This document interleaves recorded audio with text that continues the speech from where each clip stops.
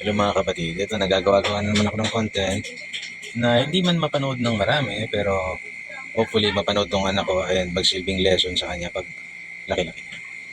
Alam nyo, nung araw, sabi sa akin ng tatay ko, nung nagkasakit yung kuya ko, meron akong kuya eh, sabi niya sa akin, sikreto sa buhay, pag masaya ka, pasalamat ka sa Diyos, pag malungkot ka, pasalamat ka rin sa Diyos, ano man yung mangyari, magpasalamat ka sa Diyos. And I tried doing that kasi alam kong tama. But it's very hard. Swerte. It's very hard. For example, bumagsak ka sa exam mo nung college. It's very hard to give thanks. Kasi sabi niya, magpasalamat. May kinakabit kang pinto. Hindi mo makakabit-kabit. Ang hirap mag-give thanks. Thank God, hindi ko makabit yung pinto. And then lumipas yung panahon na nagkaroon na ako ng anak. And I was struggling.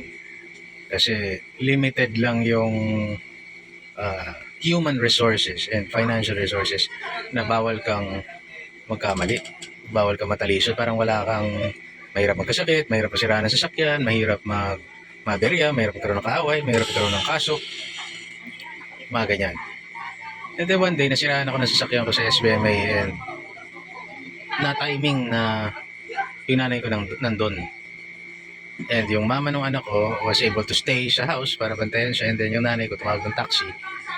Nagsama muna siya ng taong gagawa. And then nag-taxi sila papunta sa location. Kasi bawal ang public transport. Yung mga jeep, tricycle, walang ganun doon sa SBMA sa loob ng base And my problem was fixed. Kasi nung time na yun, hirap akong, hilong-hilo ako. Layo ng nilakad ko, ang pagod na pagod ako, and then suddenly flat yung gulong ko. And then I do not have may tools ako pero hindi siya ganun kaakma at hindi rin ako ganun kagaling. Kasi even yung eksperto nahirapan gamit yung tool ko eh. Medyo mahirap yung senaryo. Pero problem was solved. The problem was solved. And then nagpapasalamat ako sa Diyos nun kasi kahit na na-delay yung lakad namin, na-delay kong ihatid si mama ko sa terminal. And I'm so freaking tired. The problem was solved and we were able to take the trip nung aking mag-ina. Karga-karga ko lahat ng mga gamit namin pauwi dito sa hometown nila.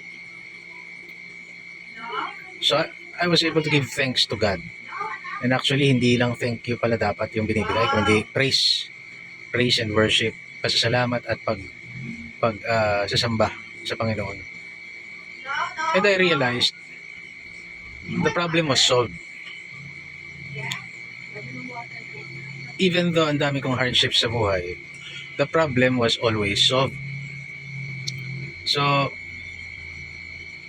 wala ako sa posisyon na kagaya. Ang swerte-swerte ko pa rin kasi kahit gaano ako kapagod, kagastos, the problem is always solved.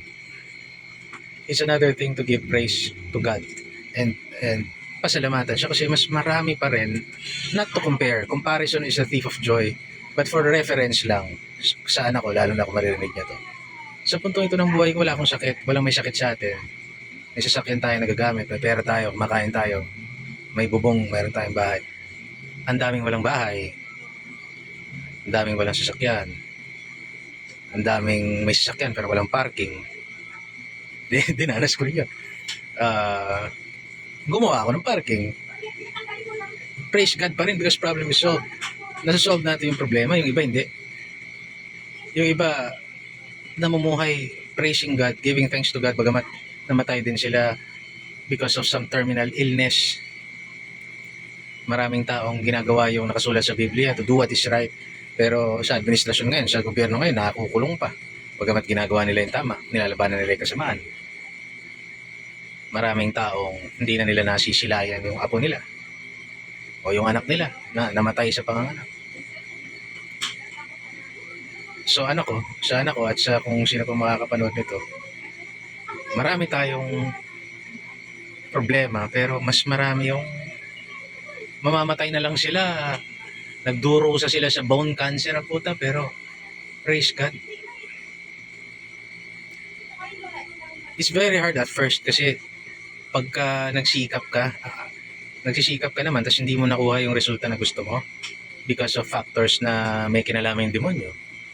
For example, nagsisikap ka naman, wala kang ginagawa masama, pero may pinerwisyo ka pa, or may gumawa pa ng masama sa'yo, o may nagreklamo pa sa'yo, o merong biglang kasakit ka pa. May mga ganong factors na hindi naman Diyos ang may kagagawan nun, demonyo eh. Diba? Nakipaglaro sila sa free will nung salbahe mong kapitbahay o ng salbahe tao dyan.